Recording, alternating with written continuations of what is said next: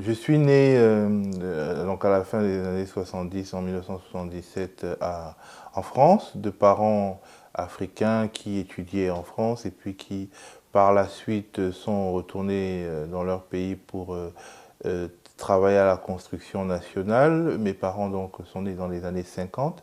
Ils sont nés sous la colonisation. Ils ont vécu leurs premières années au contact des colons. Ils ont vu la guerre d'indépendance qui a eu lieu au Cameroun. Ils avaient vraiment l'esprit imprégné de cette chose-là qui était la colonisation. Nous, quand nous sommes nés, nous n'avions pas forcément tous les jours devant nous l'image coloniale et donc nous pensions que il était désormais clair que l'Afrique était indépendante et que finalement elle ne pouvait que coopérer avec le monde extérieur, que les choses étaient déjà acquises. Et progressivement, au contact d'un certain nombre de choses, je me rends bien compte que l'Afrique n'est pas, en tout cas l'Afrique francophone, n'est pas vraiment indépendante.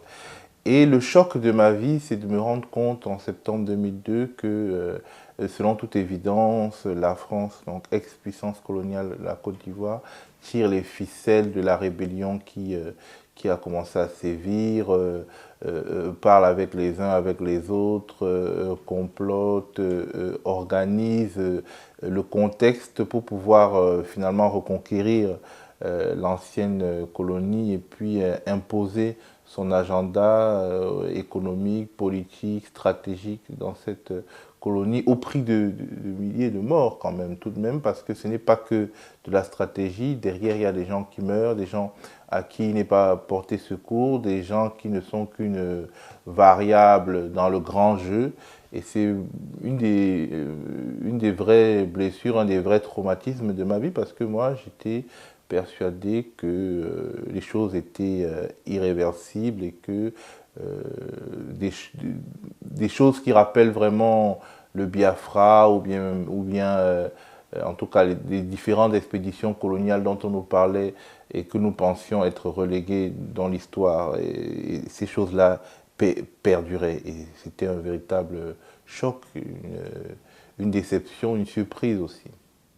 Oui, c'est-à-dire que je ne suis pas non plus, je suis pas non plus naïf, mais je pensais que on était passé à un autre stade dans les relations entre la France et l'Afrique. Et ce qui s'est passé à partir de septembre 2002 en Côte d'Ivoire a montré que tout était remis en cause et qu'on allait droit vers une recolonisation de l'Afrique à travers les moyens des rébellions armées, à travers les moyens de l'imposition de forces onusiennes, de casques bleus, d'armées étrangères, d'administrations étrangères, parce que dans des pays comme la Côte d'Ivoire, la République démocratique du Congo, la Sierra Leone, le Libéria, dans un nombre croissant de pays africains, il y a des administrations onusiennes qui finalement jouent le rôle de l'État, puisque l'État est chaque jour un peu plus affaibli. Donc, c'était un véritable révélateur. La crise ivoirienne nous a montré que même dans un pays dont on avait l'impression qu'il était plutôt avancé par rapport aux autres pays africains, on pouvait revenir sur certains acquis et puis relancer la machine coloniale.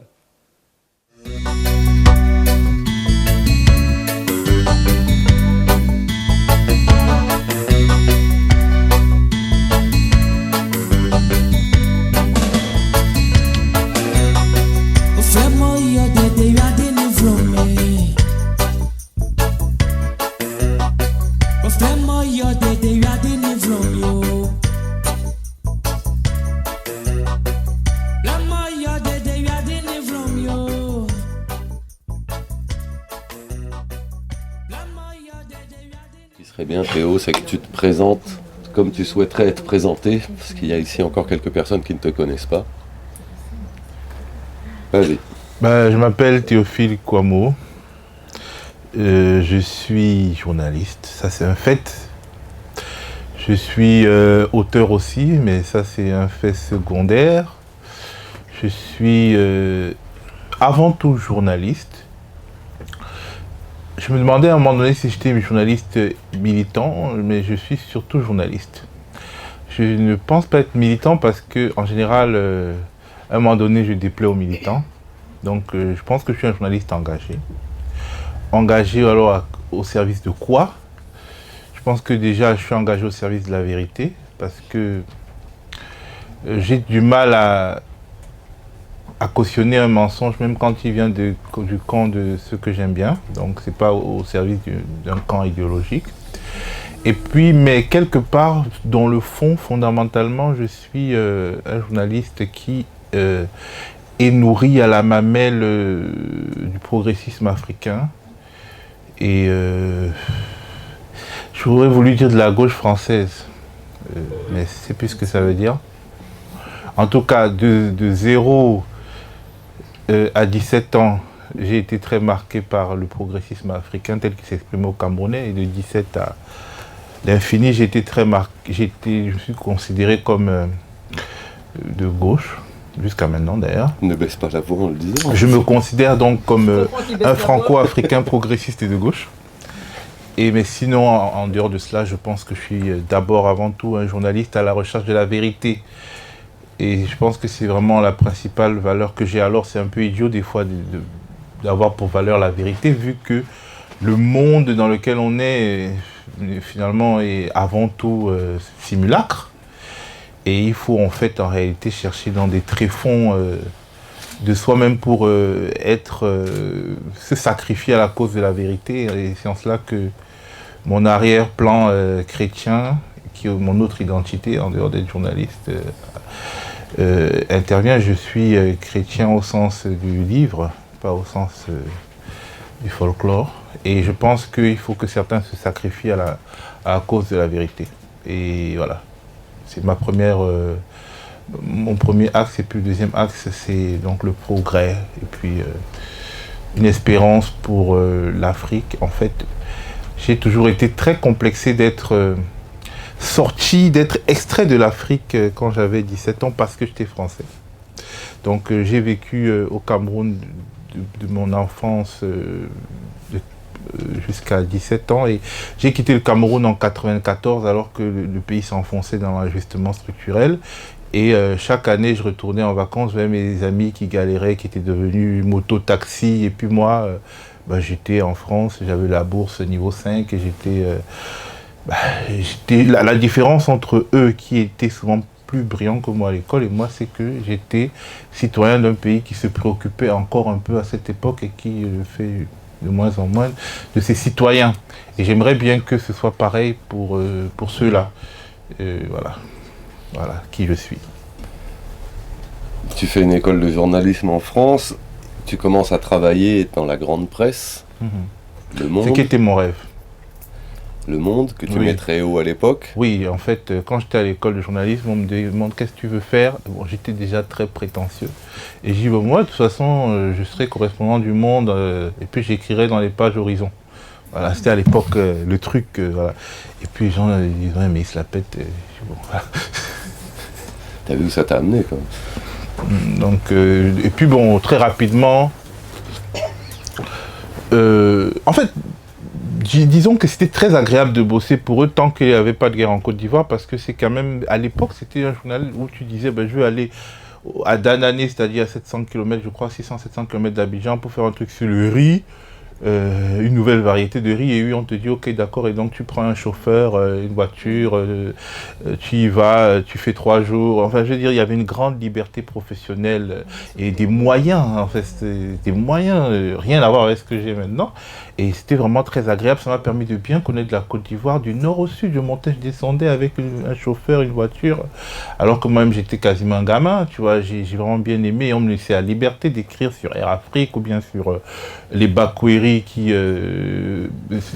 qui revendiquent, qui crient après le land grabbing, l'accaparement des terres dont on ne parlait pas tellement. J'allais au Cameroun. Tu veux aller au Cameroun? Va au Cameroun. Tu vois. Le seul truc, c'est que des fois, on ne publiait pas certains de mes papiers. Et qu'est-ce que je m'en foutais? Je veux dire, dès que j'avais fait ce que j'avais à faire, je pouvais le filer en douce alluma sous un pseudonyme. Et donc, vraiment, j'ai aimé. Mais au moment donné où la crise, la guerre commence, je me rends compte qu'en fait, tout ce que j'ai fait, c'est pour crédibiliser toutes ces vérités, tout ce truc, tous ces moyens, c'était pour crédibiliser à un moment donné un mensonge. Et là, je veux absolument pas être dans cette histoire, dans ce mensonge-là. D'autant plus que je suis un grand fan de Mongo Betty, et Mongo Betty, dans ses pamphlets, n'arrêtait pas de houspiller Philippe de Crène, qui écrivait dans Le Monde, sur le Cameroun, en l'accusant de, justement, lors du procès des UPCistes, de mentir, de travestir, de... Alors, moi, mon grand-père, il était en prison en 1954 parce qu'on l'avait dit qu'il était UPCiste. Alors, moi, je ne voulais pas non plus devenir l'adversaire historique de monsieur, mon grand-père qui était mort. Donc, j'étais très mal à l'aise dans cette position. Déjà que j'étais complexé d'être le petit Français noir qui a les droits aux privilèges pendant que ses copains sont dans la misère. En plus, là, je ne pouvais pas jouer dans un truc schizophrénique, donc voilà. J'ai claqué la porte et puis bon, depuis j'essaye de faire du journalisme. Techniquement, sur la crise ivoirienne, tu envoies des articles ouais, techniquement, qui sont caviardés. Bon, déjà en fait, déjà on me fait prendre des risques idiots. Et ça c'est quand même l'histoire du rapport entre le correspondant des pigistes. Pour moi, j'étais pigiste, mais quand même un pigiste de luxe, hein, je veux dire, j'ai pas pleuré parce qu'on me paye mon loyer, le loyer de mon bureau, on me paye plein de trucs. Mais donc, j'avais pas de problème d'argent, mais c'est le rapport un peu entre le correspondant, le petit journaliste qui se débrouille, et puis la rédaction. On te fait prendre des risques pour après ne rien faire de ce que tu as eu comme info. Alors, le premier truc qui m'avait vraiment irrité, c'est qu'on me dit, oui, écoute, ouais, Guy Robert a été assassiné à son domicile, vas-y, va voir, c'est pas ce qu'on dit. Alors, c'était l'histoire de Libé que, en fait, mon patron voulait mettre dans ma bouche, enfin, sous ma plume. Et donc, j'y vais, et je vois bien qu'il n'a pas été assassiné à son domicile. Je leur explique que, quand je suis arrivé là-bas, c'était entrouvert, il n'y avait pas eu d'effraction, donc il a dû sortir de lui-même. Donc je suis dans une démarche d'enquête, et puis après je vois bien qu'on écrit pas ce que je dis, ça m'irrite parce que tu t'imagines, c'était le 19 septembre 2002, j'étais devant la baraque de Robert Guéhi comme un con, on aurait pu m'attraper, les militaires auraient pu me tuer en me disant n'importe quoi, et puis donc voilà, ça c'est déjà le premier truc qui m'avait irrité. Alors après ça, on ajoute des petits trucs sur tes papiers, par exemple j'avais fait ce qu'on appelait un ventre à l'époque dans Le Monde de jadis, sur l'assassinat de Marcellin Yassé. Marcellin Yassé, c'était un arrangeur, un musicien ivoirien très brillant qui avait été tué à la Cité des Arts, bon, qui porte bien son nom. Et en fait, tout le monde le connaît. Et en fait, ils l'ont quand même tué parce qu'ils ne le connaissaient pas. Et donc, c'était quand même le drame national. C'est comme si, je sais pas, Goldman ou je sais pas quel chanteur populaire est assassiné. Et donc, bon, j'en parle, et alors, à la fin, c'est pourquoi lui se demande la foule, et puis, bon, on écrit pourquoi les autres. Bon, tu vois, ça, c'est profondément irritant, parce que, finalement, ça veut dire le papier ne sert à rien, en fait. Tu vois. Alors, après ça, maintenant, si tu envoies un papier, alors c'est un autre papier qui sort. Et là, un papier, non seulement c'est un autre papier, mais en plus, c'est de la pure idéologie, quoi. Genre, on distribue les mauvais points. Oh là là, Gbagbo, qu'est-ce qu'il est mauvais, les rebelles, qu'est-ce qu'ils sont habiles. Moi, ça m'irritait profondément, d'autant plus que, en fin septembre, j'étais dans la première expédition des journalistes qui étaient à la Boaké, et là, j'ai vu très clairement que c'était la France elle-même qui organisait cette rébellion qui n'existait pas, en fait. Nous, on est allé là-bas, comme dans un village de poupées, où il y avait 3-4 gares, et puis en fait, il n'y avait que l'armée française qui leur donnait des instructions ouvertement devant nous, qui nous disait, bon, vous filmez ça, la population en liesse, tu vois. Mais pendant ce temps, il y a une autre partie de la population qui se rebelle, qui sort des quartiers, d'autres quartiers, avec les deux doigts, là, et après, je savais bien les deux doigts, c'est le symbole du FPI. Et je savais bien qu'ils allaient se faire massacrer, tu vois. L'irresponsabilité globale de ce truc. Alors, j'arrive à Yamoussoukro, après, je me rends compte que le mec qui était un peu notre guide dans ce village Potemkin de l'insurrection, en fait, il parle au téléphone en disant, écoutez, on va leur foutre dessus à Abidjan. Et donc moi j'en reviens pas parce qu'à cette époque, à ce moment donné, je pense que j'étais quand même moyennement dépolitisé parce que je me disais que c'était pas possible en 2002 que des trucs comme ça que Mongo Betty racontait puissent arriver. Et donc après, quand on commence à me faire écrire que les rebelles sont super géniaux et Gbagbo super mauvais, là je pète les plombs, pas parce que je suis un fan absolu de Gbagbo, mais parce que pour moi c'est un président élu qui représente quand même une alternance, puisque nous avons quand même grandi dans l'espoir des alternances en Afrique. Nous étions adolescents dans les années 90, alors je vois pas pourquoi on va le dézinguer en organisant le chaos et la guerre ethnique, parce que c'est un truc dont j'avais vraiment peur. Alors mon idée c'était de ma position, je dis ce qui est la vérité, peut-être qu'ils ne vont pas s'entretuer, parce que je pense que l'objectif quand même c'était pour délégitimer le pouvoir, arriver à des massacres à la rwandaise. D'ailleurs, c'est ce qu'ils avaient écrit, Stephen Smith, le spectre du Rwanda. Mais en fait, on voulait fabriquer un Rwanda. Et il fallait bien que certaines personnes se dévouent pour dire qu'en fait, on est en train de vous manipuler. Mais bon, monsieur, moi j'habitais à la Riviera. Quand tu vois des étudiants décervelés de la Fessie se mettre à hurler, qui vont tuer les gens si ça continue, tu vois, il fallait élever le débat, leur expliquer, oh, oui, vous n'allez pas être les marionnettes de votre propre asservissement, réfléchissez un peu. C'est pas une question de Burkinabé contre Ivoirien, c'est plus compliqué que ça, et voilà. Ce qui nous amène à la rupture avec la presse française, disons-le solennellement. Et donc à ce moment-là, tu t'installes dans le paysage médiatique ivoirien. Oui, en fait, je suis obligé. Bon, je ne suis pas obligé en réalité. En fait, quand je quitte le monde, beaucoup de voix m'appellent, ils me disent, bon écoute Théophile, bon, maintenant tu rentres à Paris, ça suffit quoi. Mais en fait, je ne voulais pas rentrer à Paris parce que je voulais quand même raconter cette histoire. Mais je savais très bien que progressivement, plus personne ne me ferait bosser, quoi. Tu vois, parce que quand j'ai arrêté avec Le Monde, il y a RFI.fr qui m'a proposé de bosser. Pour des raisons... en fait, en réalité, c'était un des nôtres, entre guillemets, qui voulait me faire bosser. C'est pas l'institution. Donc très vite, j'ai fait un papier, puis j'ai été mis hors du système. Et puis je me suis rendu compte que pour pouvoir écrire, il fallait que j'écrive dans la presse ivoirienne. Et à l'époque, Fraternité Matin était un bon journal qui ressemblait vraiment à un journal de service public, c'est-à-dire avec des opinions plurielles. Et donc je me suis dit, je vais écrire là-bas. Et puis bon, je vais aussi continuer à écrire dans l'UMA et raconter cette histoire, voilà. Et bon, progressivement, de fil en aiguille, Guillaume Soro devient ministre de la Communication, moi je me barre de Fratmat vu que c'est un journal d'État et que je suis sûr que je vais être lourdé. Je vais donc travailler pour Le Temps, bon, très vite, on s'insupporte mutuellement. Et puis bon, moi-même je deviens entrepreneur de presse par la force des choses parce que je suis mauvaise tête et que je veux pas me faire dominer par quelqu'un que je ne considère pas forcément comme un supérieur. Moral, disons. Et voilà, c'est progressivement que je deviens en fait un acteur. C'est de fil en aiguille, en fait, par la force des choses que je deviens un acteur du microcosme journalistique ivoirien. Quoique quand l'UNJCI est venu à Abidjan pour chercher, l'UNJCI, l'Union nationale des journalistes de Côte d'Ivoire, pour demander aux journalistes exilés de rentrer, on m'a pas appelé, quoi. Donc c'est ivoirité à la Ouattara, quoi.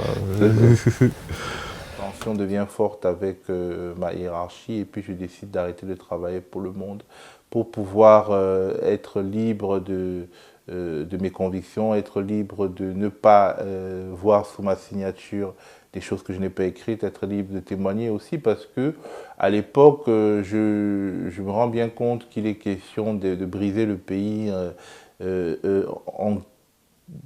en facilitant des rancœurs qui pouvant pousser une guerre civile, à une guerre ethnique, à une guerre entre les communautés. Et je me dis qu'en fait, si je parle et que je dis ce que j'ai vu, parce que nous étions les premiers journalistes français arrivés à Bouaké, et pour tout esprit logique, il était évident que cette rébellion était installée par l'armée française à Bouaké. Donc si je parle et que je dis les choses telles qu'elles sont, il me semblait qu'il y aurait une prise de conscience et que le peuple ivoirien ne céderait pas à la tentation de la guerre civile ou du génocide qui sont des choses que les Occidentaux attendent peut-être pour légitimer leur présence. Donc je veux témoigner pour éviter les catastrophes, les mauvaises interprétations, pour éviter que les Ivoiriens s'entre-déchirent, alors que finalement il y a des grandes mains manipulatrices au-dessus de tout cela. C'est ma première préoccupation. Il faut que je me libère de cette entreprise pour pouvoir parler, dire ce que je vois, ce que j'ai vu, comment je pense et être utile. C'est ça qui a guidé mon action pendant toutes ces années. Oui, en fait, dès lors que je ne travaillais plus pour la presse française et que avec la formation et le regard que j'avais, j'étais désormais libre de témoigner dans le cadre de cette crise. Il était hors de question pour moi de ne pas donner la pleine mesure de mon engagement, de ne pas témoigner pour l'histoire, parce que je pense que c'est ce que nous avons fait. Nous avons témoigné pour l'histoire et il fallait que il n'y a pas de témoignage sans engagement. Effectivement, j'étais engagé, je le suis toujours. Il était question pour moi de démontrer aux Africains en priorité que ce qui se passait en Côte d'Ivoire n'avait rien à voir avec le storytelling qui était vendu, une bataille des démocrates porteurs de démocratie contre un pouvoir autoritaire, mais que ce n'était qu'une restauration de la France-Afrique et de ses miasmes. C'était ça l'enjeu, il fallait le démontrer.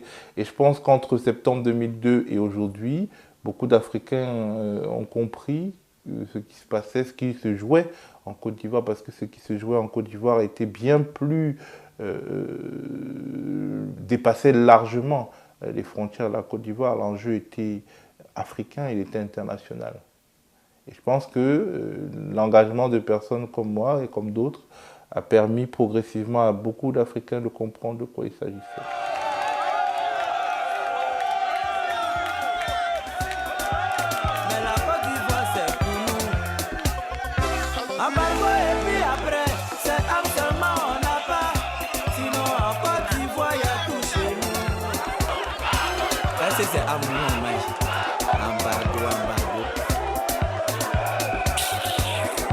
N'importe quoi. Patriote, restons sereins. C'est Dieu qui fait notre palabre. David contre Goliath. Viande qui a duré dans le congélateur. Sur plus de 120 chars autour de l'hôtel Ivoire, bloquant les accès de notre présidence, face à ces légions de légionnaires, à ces hélicoptères, tous crachant impassiblement le feu sur eux, les Ivoiriens, jeunes cadres, médecins et femmes confondus, ont monté jour et nuit la garde de leurs symboles nationaux.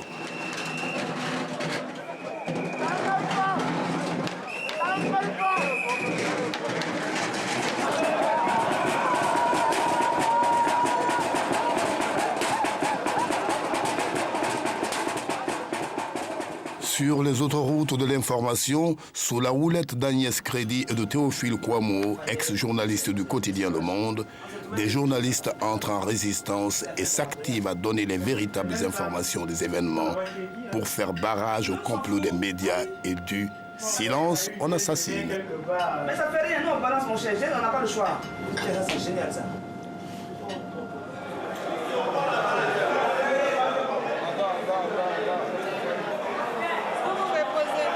Oui, en novembre 2004, nous avions deux reporters qui couvraient la bataille pour la reconquête du Nord par l'armée ivoirienne. Et quand Jacques Chirac a commencé à bombarder l'aviation ivoirienne en disant que l'armée ivoirienne avait attaqué ces militaires, nous étions dubitatifs parce que, selon toute évidence, l'armée progressait. Nos reporters nous indiquaient clairement que les rebelles étaient en déroute et que l'armée était en train de prendre des positions dans leur zone, ce qui rendait incroyable pour nous la thèse selon laquelle Gbagbo aurait attaqué la France parce que son armée n'arrivait pas à vaincre la rébellion. Déjà, cette version officielle française n'était pas très crédible. Par la suite, la descente des troupes françaises du Nord et de l'Ouest pour Abidjan, la bataille, la quasi-guerre ivoirienne qui s'en est suivie, les morts de l'hôtel Ivoire, toutes ces choses-là, nos reporters ont suivi ça directement sur le terrain. Et je pense que quand les historiens se plancheront sur ce que la presse a écrit, ils verront que nous avons écrit plus souvent la vérité que la presse française sur la bataille pas la bataille, disons le massacre de l'hôtel Ivoire qui a été perpétré par l'armée française, sur la manière brutale avec laquelle l'armée française est descendue de l'ouest jusqu'au sud, ce qui a causé des morts, notamment notre correspondant dans la ville de Diokwe, qui était un professeur, qui s'appelait Antoine Massé, et qui est décédé d'une balle dans la tête, tué par un militaire français. Parce que ceux qui étaient les témoins qui étaient avec lui ont vu comment c'était un barrage en fait, et comment il avait été visé par un militaire français. Et puis par la suite, il y a eu des autopsies et tout ça, puisque les armes des militaires français sont absolument différentes de celles des militaires ivoiriens. Et des expertises balistiques ont montré que beaucoup de morts ont été causées par des armes françaises. Il y a eu beaucoup de vrais faux rapports. Pendant toute cette période, il y a eu beaucoup de vrais faux rapports brandis par les médias français. Et puis quand on cherchait le rapport, on ne le trouvait pas. C'est des rapports imaginaires. Et effectivement, nous avons travaillé dessus. Nous avons aussi travaillé parce que globalement, l'ONU était favorable aux rebelles, à Ouattara, à la France. Mais il y avait aussi des informations qui étaient contenues dans ces rapports qui étaient intéressantes, importantes à dégager, puisque quand les médias français les lisaient, ce n'était pas la même chose qu'ils tiraient des rapports que nous. Et nous, avec notre regard particulier, nous pouvons regarder et puis voir ce qui n'est pas absolument dit, mais qui est suggéré, et ce qui est dit et qui pourrait contredire les thèses officielles, etc.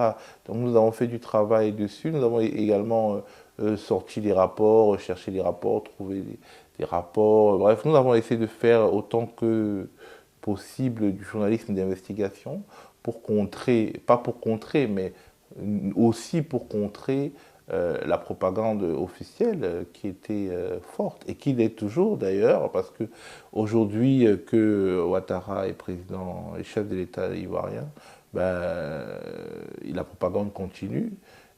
L'ONU, les médias français, cette complaisance que j'appelle cette muraille de protection autour de lui existe toujours. Et notre rôle, c'est de montrer comment elle procède pour le protéger. En octobre 2002, quand j'ai quitté Le Monde, qu'il fallait que je travaille en Côte d'Ivoire pour la presse ivoirienne, c'était le seul moyen pour moi de garantir ma liberté. J'ai commencé à travailler pour des journaux dont je n'étais pas actionnaire, et il m'a semblé important de créer mon propre journal, ce que j'ai fait avec un associé. Et nous avons travaillé sur un certain nombre de dossiers qui ont eu quand même une certaine résonance en Côte d'Ivoire et à l'étranger. Nous avons monté une société de distribution de presse pour contrer la filiale locale des NMPP, qui est la société de distribution de presse parisienne, et qui choisissait des fois de ne pas nous distribuer selon l'agenda politique de l'Élysée. Donc nous avons fait ça, et puis bon, par la suite, le courrier d'Abidjan lui-même s'est affirmé victime des conflits qui existaient entre mon associé et moi. Puis le nouveau courrier a été fondé sur les ruines, disons, du courrier d'Abidjan, et ce quotidien existe toujours. Il y a des difficultés d'ordre sécuritaire. Quand Ouattara a pris le pouvoir, nos journaux ont été attaqués, détruits, saccagés. Il y a des appels de menaces que nous pouvons recevoir. Quand nous enquêtons sur des sujets chauds, explosifs.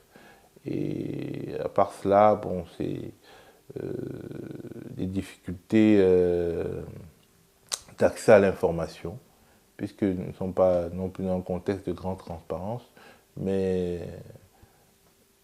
je pense aussi qu'en fait, nous ne bénéficions pas vraiment de la solidarité de tout ce qui est ONG, de financement, d'aide et tout ça, puisque bon, nous ne sommes pas convergents avec la pensée de la communauté internationale sur la Côte d'Ivoire.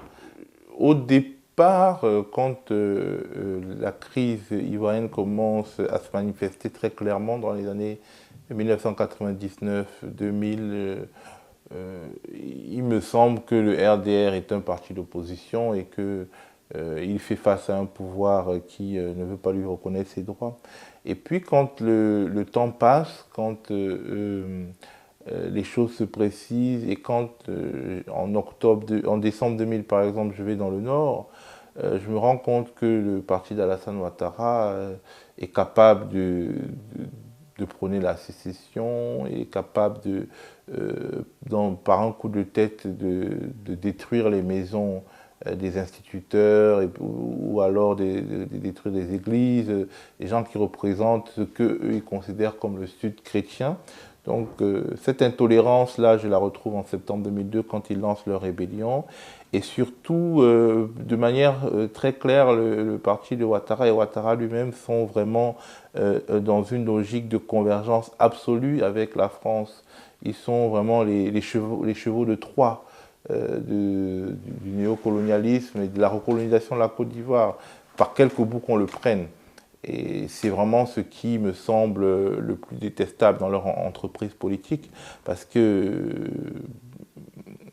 comme je le disais, il me semble évident que l'Afrique aujourd'hui doit travailler à s'émanciper. Et bon, par ailleurs, quand on regarde un certain nombre d'affaires, notamment la spéculation autour du cacao, d'une entreprise comme Armajaro, dont le directeur Afrique est le fils de Dominique Ouattara et qui en fait spécule sur la guerre de manière très, très cynique et a profité même du moment où il y avait l'embargo sur le cacao, notamment pour acheter le cacao au prix les plus bas, sachant qu'ils allaient faire augmenter. Bref, on a vraiment en face de soi une droite affairiste, spéculatrice, liée à tout l'univers de la finance internationale qui n'est pas forcément quelque chose que je porte en haute estime. Le regard porté par la presse européenne sur le mouvement des jeunes patriotes, il est symptomatique, il est emblématique. C'est-à-dire qu'on avait deux forces de jeunes qui se faisaient face. Il y avait une rébellion armée. Une rébellion armée à caractère ethnique. On ne peut pas nier que cette rébellion était à caractère ethnique. Et il y avait un mouvement citoyen de l'autre côté, non armé. Même si, par ailleurs, il y avait des mouvements armés, mais ce n'est pas le mouvement des jeunes patriotes qui était armé. Et un mouvement citoyen non armé, urbain, transethnique, et qui remettait en cause ce que moi j'appelle toujours le storytelling. C'est-à-dire qu'on nous avait expliqué qu'il y avait un dictateur qui devait être renversé par une révolution armée, et la présence massive dans les rues de jeunes qui disaient non, il ne s'agit pas de cela, était tellement irritante que finalement il s'agissait de diaboliser les moins violents, la partie la moins violente de la jeunesse ivoirienne. Et quand après, en 2011 d'ailleurs, Ouattara s'est installé et qu'il a commis ces crimes épouvantables, notamment quand il a soumis le quartier de Yopougon, qui est un quartier qui était donc acquis à la cause de Laurent Gbagbo, dans l'indifférence totale de tous ces gens-là, vous voyez à quel point finalement cette jeunesse-là était considérée comme un danger, un problème. Et quelque part on s'interroge, est-ce que dès lors qu'on traverse le Sahara ou alors dès lors qu'on traverse la Méditerranée, la démocratie est quelque chose de non souhaitable, parce que finalement des jeunes qui se lèvent, qui manifestent dans les rues par millions, ce n'est que l'expression de la démocratie. Maintenant il peut y avoir des dérapages effectivement, mais je ne pense pas que leur dérapage était plus problématiques que ceux des rebelles. Et aujourd'hui, alors qu'il y avait une forte diabolisation des jeunes patriotes, on voit bien que les FRCI, donc les milices de Ouattara, les Dozo, ce sont des milices ethniques, les Dozo. Ces milices-là, en fait, ne sont pas diabolisées aujourd'hui que Ouattara est au pouvoir par les médias occidentaux. On en parle, on déplore, mais on ne va pas vraiment jusqu'à diaboliser comme l'ont été les jeunes patriotes. Pour moi, c'est très clair que c'est vraiment un signe. Il faut étudier pourquoi. On peut considérer des mouvements urbains, civils, civiques, de manière plus dure que des mouvements franchement rétrogrades et ethniques. Bon, déjà, en fait, en Côte d'Ivoire, avant 2004, les journalistes, la loi donnait la possibilité à un juge de condamner des journalistes pour les écrits, pour ce qu'ils avaient écrit sur des thématiques comme outrage au chef de l'État, diffamation.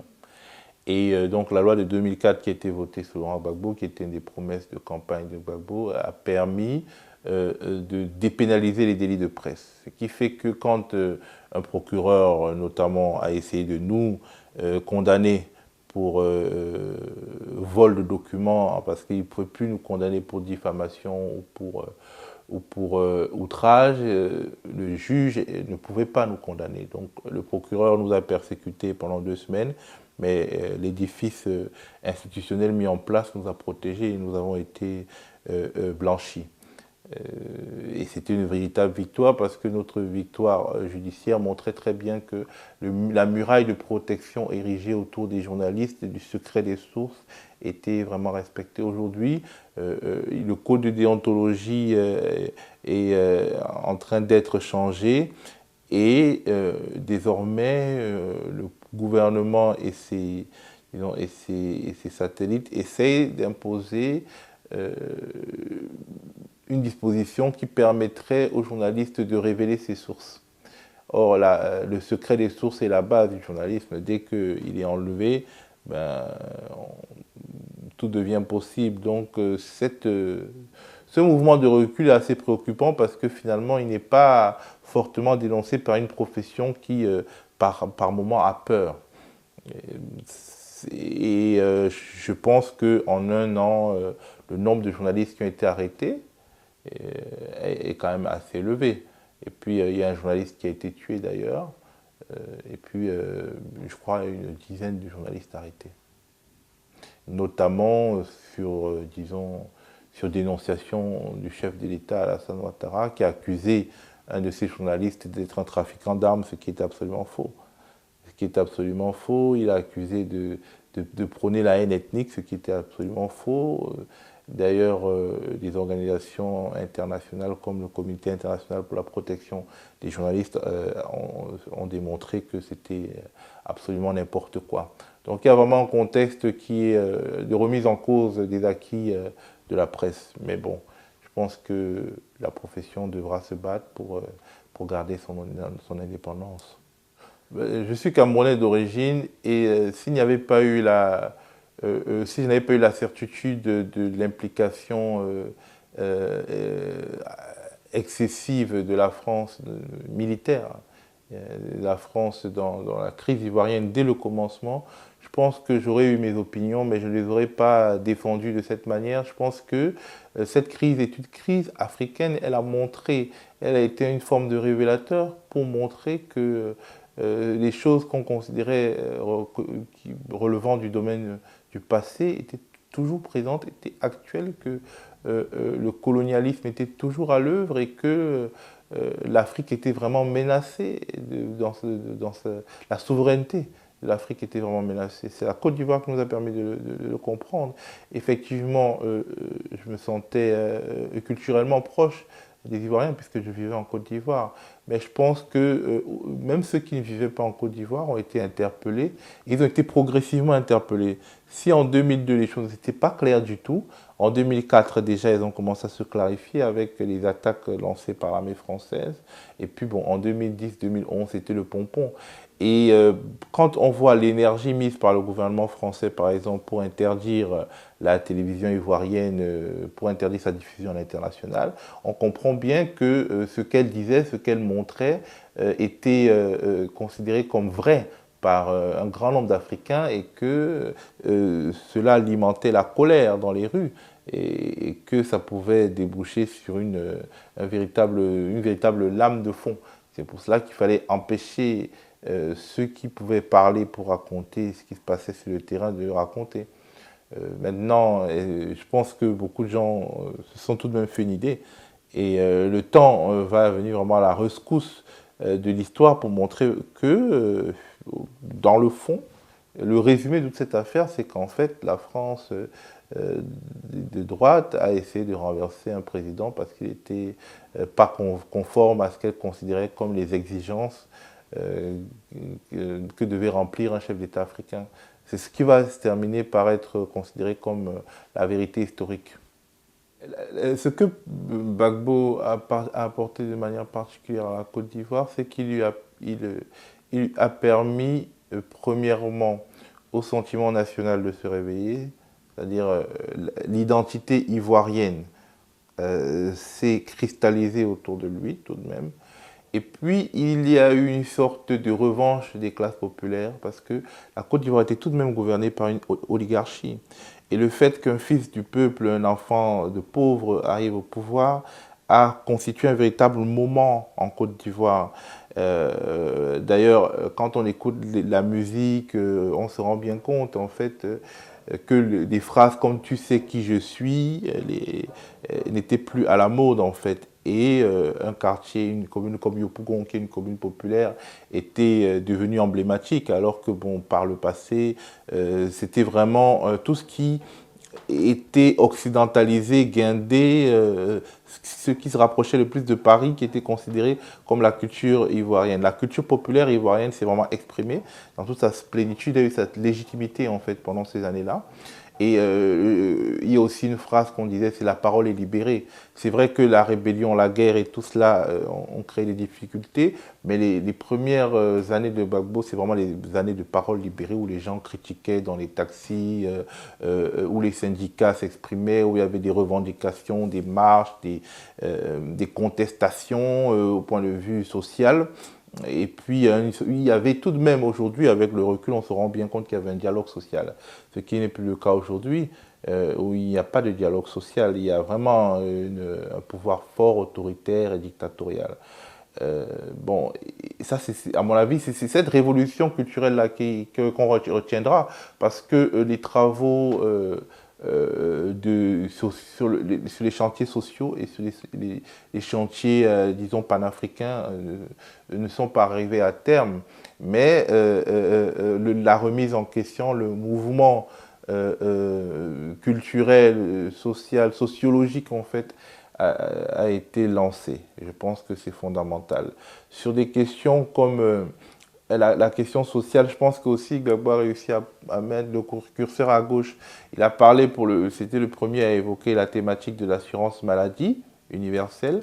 À l'époque où il le faisait, la droite, le PDCI et le RDR ont poussé des cris d'orfraie en disant qu'il était impossible que dans un pays africain, il puisse y avoir une couverture maladie universelle. Mais quasiment tous ont repris cette thématique dans leur campagne de 2010. Et Ouattara, il a promis cette couverture maladie, il a même dit à 1000 francs CFA, c'est-à-dire à 1,5 €. Bon, finalement, il ne l'a pas fait. Il a fait une ersatz de politique sociale et puis bon, finalement, ça s'est évaporé. Mais la thématique de l'assurance maladie universelle s'est légitimée en Côte d'Ivoire. La thématique de l'école gratuite obligatoire, elle était légitimée. Personne ne peut prétendre aujourd'hui dire que c'est du n'importe quoi. Tout le monde pense que c'est du domaine du possible, puisque ceux qui s'y opposaient au départ ont fini par reprendre cela à leur compte dans leur programme. Donc finalement, les thèses, disons, sociales ont été d'une certaine manière légitimées. Malheureusement, tout n'est pas arrivé à son terme, mais aujourd'hui, les Ivoiriens savent qu'il est tout à fait possible que dans leur pays, les soins de santé de base soient remboursés, ou bien que les enfants des milieux populaires puissent aller à l'école sans que cela soit d'un coût exorbitant. Et c'est une avancée.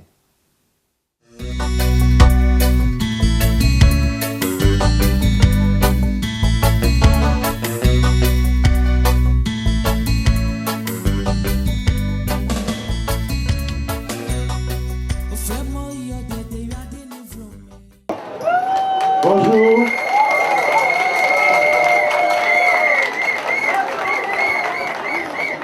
Je suis très heureux d'être ici avec vous et ça donne chaud au cœur parce que nous travaillons pendant la nuit pour une grande partie, nous faisons nos bouclages pendant la nuit et des fois après avoir terminé de boucler le journal du lendemain, nous avons des insomnies parce que ce n'est pas évident tous les jours de diriger un journal en exil, d'avoir une équipe qui est éclatée. Vous savez, quand moi je dois voir mes collaborateurs, on se cache, on va à Accra, et ils viennent d'Abidjan à Accra, moi je viens de Paris à Accra, on se parle comme ça et puis on se requiert. Donc bref, nos vies sont transformées, tourne-boulées par toute cette histoire. Nos vies sont transformées, tourne-boulées par toute cette histoire, mais nous avons la flamme. La flamme parce qu'en fait nous pensons que le métier de journaliste est un métier de vérité. Notre rôle est d'écrire la vérité pour l'actualité, mais également pour l'histoire. Il faudrait que dans 20, dans 30 ans, dans 40 ans, dans 50 ans, nos enfants lisent ce que nous avons écrit et soient fiers de leurs parents dans la mesure où la vérité historique parce que notre vérité médiatique va correspondre à la vérité historique.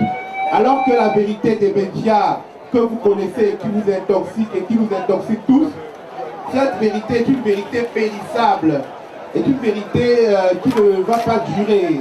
Alors que nous, notre vérité, elle est en diamant parce qu'elle va durer longtemps. Donc voilà, c'est ça qui nous rassure. Et qui nous rassure également sur notre soutien. Donc je suis venu ici pour vous présenter mon dernier livre, un petit livre nerveux de 120 pages qui s'appelle J'accuse Ouattara. Ce livre qui s'appelle J'accuse Ouattara a pour objectif de décrire les mécanismes, très rapidement les mécanismes par lesquels la presse internationale et les grandes ONG de défense des droits de l'homme ont créé une sorte de muraille de protection autour de cet homme dont la place n'est pas dans un palais présidentiel, mais devant un tribunal, devant un juge. Donc le livre montre que les ONG comme Human Rights Watch, les médias comme Libération protègent cet homme en obturant la vérité. Il montre également pourquoi Ouattara doit être poursuivi par un tribunal. Il montre pourquoi la Cour pénale internationale qui se trouve ici à La Haye ne le poursuivra jamais. Et il indique pourquoi il faut qu'il soit renversé avant sa mort et conduit devant un tribunal ivoirien ou africain pour être jugé et condamné. Donc voilà, c'est un peu le sens de ce livre.